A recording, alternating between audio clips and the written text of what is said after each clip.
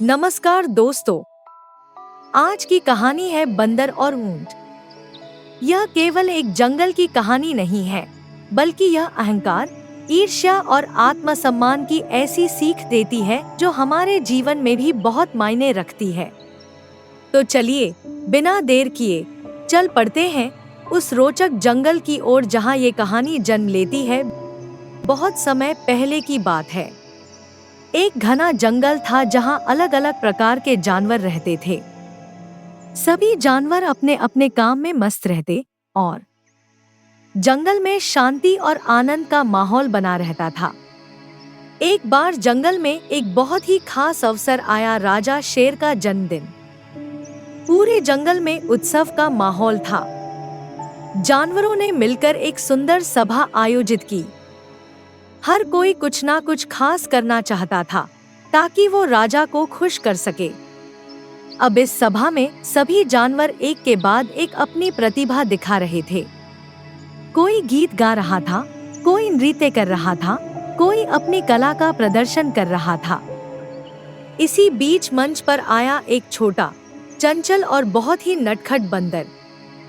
बंदर ने जो नृत्य किया वो इतना मजेदार था कि सारे जानवर ठहाके मारकर हंस पड़े।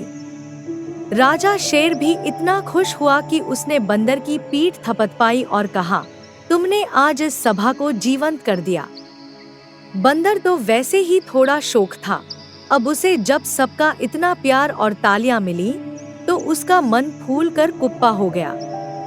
लेकिन हर किसी की सफलता को सब पचा नहीं सकते। सभा में बैठा ऊंट, जो एक शांत और गंभीर स्वभाव का जानवर था, उसे ये देखकर थोड़ी जलन हुई।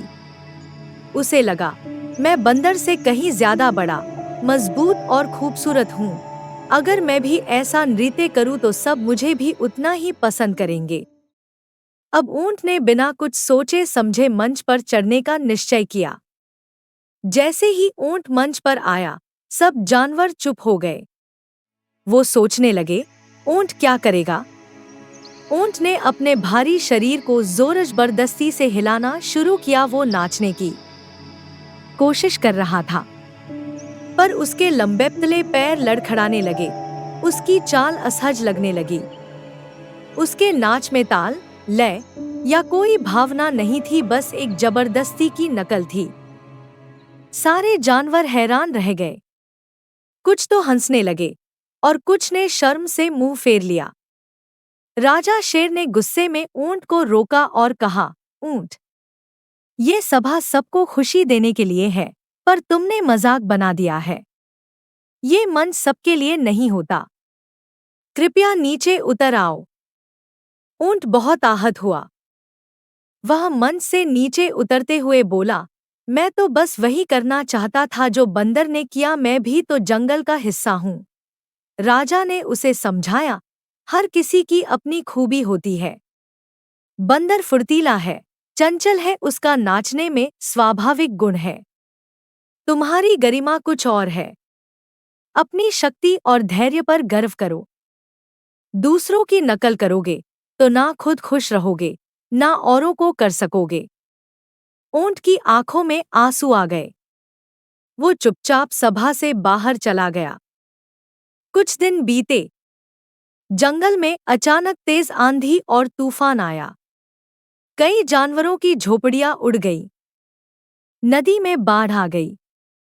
कुछ छोटे जानवर पेड़ों पर चढ़कर बचने की कोशिश कर रहे थे, लेकिन वो कांप रहे थे। उसी समय ऊंट वहां पहुंचा। अपने मजबूत पैरों और ऊंचे शरीर के कारण ऊंट पानी के बीच से आसानी से चल सकता था। वह एक एक करके छोटे जानवरों को अपनी पीठ पर बैठाकर सुरक्षित स्थान पर पहुंचा रहा था। बंदर भी एक पेड़ पर फंसा था। ऊंट ने उसे भी अपनी पीठ पर चढ़ा लिया। बंदर बोला, मैंने उस दिन तुम्हारा मजाक नहीं उड़ाया, लेकिन अब समझ आया कि असली वीरता नाचने गाने में नहीं, संकट के समय काम आने में है। जब तूफान थमा, तब जंगल में सभी जानवर ऊंट की जय जयकार कर रहे थे। वही ऊंट, जिसका मजाक बना था, अब सबका हीरो बन गया। राजा शेर ने उसे सम्मानित करते हुए कहा, जिस दिन तुमने नाचने की कोशिश की थी, उस दिन तुम अपनी पहचान खो बैठे थे। लेकिन आज तुमने अपनी असली ताकत से जंगल को बचाया है। ऊंट मुस्कराया। अब उसे समझ आ गया था, दूसरों की राह पर चलने से अच्छा है अपनी काबिलियत को पहचानो और उस पर गर्व करो। तो प्यारे दोस्तों, इस कहानी से हमें क्या सीखने को मिला? कि हर किसी की अपनी खासियत होती है। दूसरों की सफलता देखकर ईर्ष्या करना या उनकी नकल करना हमें हमारी असल पहचान से दूर कर देता है। असली सफलता तब मिलती है जब हम अपने गुणों को पहचानते हैं और उसी में श्रेष्ठता प्राप्त करते हैं। ऊंट ने जब अपनी ताकत को पहचाना, तभी वह सबका प्रिय बन सका। यही सच्चा आत्मसम्मान है। अगर आपको यह कहानी अच्छी लगी हो, तो इस वीडियो को लाइक कीजिए, कमेंट करके हमें बताइए कि आप कौन से जानवर से सबसे ज्यादा जुड़ाव महसूस करते हैं। और सब्सक्राइब कीजिए हमारे चैनल को, जहां हम लाते हैं ऐसी ही प्रेरणादायक कहानियां हर हफ्ते। फिर मिलेंगे एक नई कहानी के साथ। तब तक मुस्कुराइए, सीखते रहिए और खुद पर विश्वास रखिए। धन्यवाद।